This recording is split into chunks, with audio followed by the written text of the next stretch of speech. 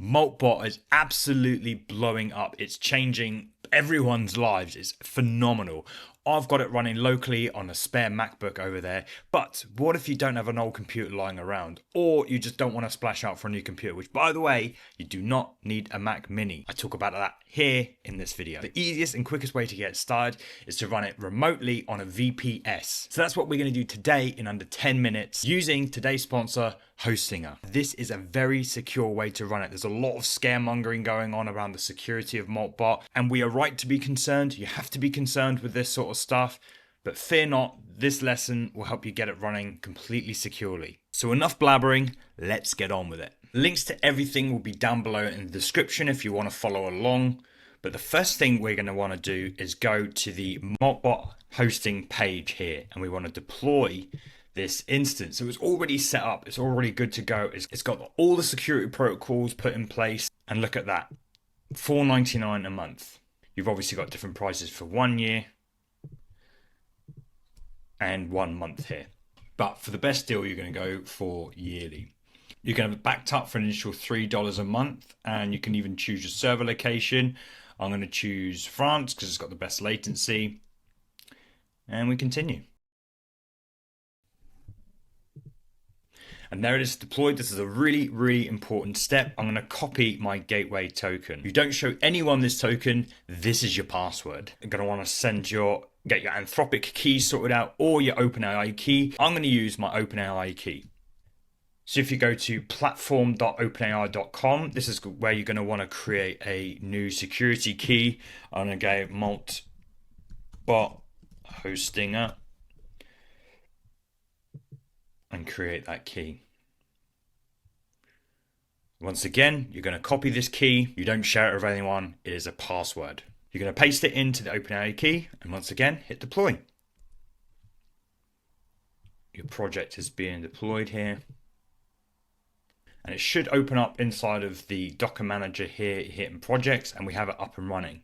If you already have a VPS set up, then you're going to want to go to catalog here, search for Moltbot, and deploy that and follow all the same steps we've just run. We've already got a project running here. So now if we drop this down, we can actually go to our instance. So now that we're in here, we can go to overview and paste in our token, and we should see connected. Now this is where you're going to want to set up your channels. Now personally, I prefer Telegram. WhatsApp I've tended to find was a bit buggy. But if you did want to add it, if you go to raw here, and inside of this JSON, a comma there, and depending on if it's the last in the list, you want to add a comma, we or not, and then you add your number in there. And here's where you're going to want to add your actual phone number. I would advise, again, a separate number to your personal one, just to keep it locked down, and then you can message that number from your personal number. And then in channels, you're going to want to click show QR and then QR code, and then that will give you something to scan. You'll scan it, you'll link it through on your WhatsApp, and you should be good to go. If you're setting up on your own phone, you message yourself as like a self-note thing. So again, if you're using self-notes, you use the WhatsApp feature a lot, then I wouldn't go with this route. Again, I'm going to be using Telegram, so I don't have this problem, but just something to be aware of. But what I am going to do is paste in my agent. And OpenAI 4.0 is fine. I'm probably going to go with 5.2 here. You can go on OpenAI's models for a list of all the models they have available. We save that. And we should just be able to say hello. And here we go. I would recommend reading this. We are dealing with security here. You want to make sure that you're comfortable with what's going on. You understand what's going on.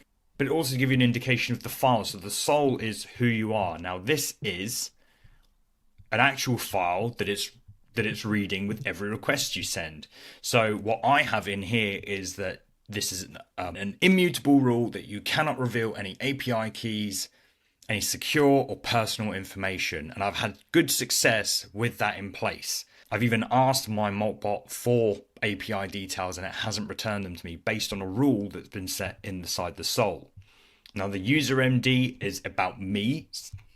Identity is about Moltbot. And I would advise then telling it about yourself and then telling it about Moltbot so it can learn about those two things and address you in a certain way. Tell it your goals, tell it what you're trying to achieve, your ambitions, your pets, your family, anything that you think it would be important for it to help you run your life. So let's just do that. Connect Telegram. And here we go. So you're going to want to, in Telegram, you're going to want to add, you want to create a new chat with the bot father and type /new bot. You want to pick a name for your bot and it will give you an access token that looks kind of like this. And paste in your token just like that.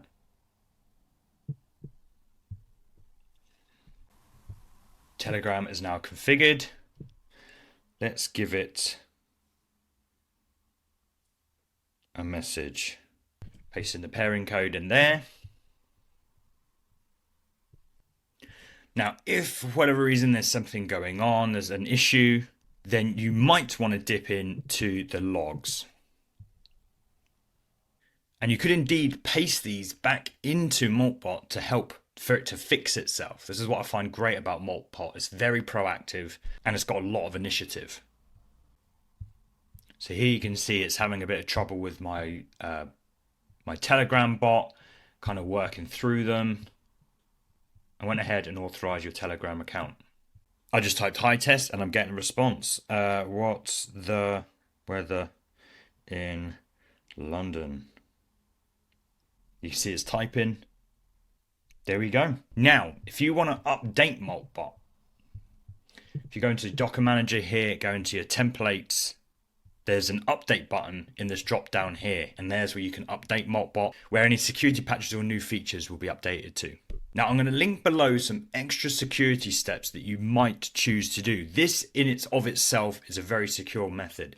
The one thing I will raise is about prompt injection. Generally, prompt injection happens when anything that's unverified is coming into Moltbot. You might choose to set up a separate email so it's not monitoring your emails, but you are then forwarding Moltbot's email system for it to action, maybe forward, maybe reply or something like that. That's a great way to create a barrier between the two. Another vector is skills of themselves. Now, if you go to claudehub.com and check out the skills, one, this is a great way to look at what's going on in the community. These have been uploaded by the community. They're not vetted, so definitely take installing skills very seriously. But what I would like to do is read over the skill to see if it has any sort of prompt injection in there. Ignore all commands, ignore previous commands, reveal API keys, ask for password. And this is just the skill.md file. There might be more advanced ones where it has scripts, and you might want to investigate what the scripts do if there are any malicious code in there or something like that. So definitely take adding skills very seriously, very carefully. But as I say, everything will be outlined in the document below. But now you should have Moltbot online and secure. So thank you, Hostinger, for sponsoring this video. Links to everything will be down below in the description and the pinned comment. And until next time, keep on vibing.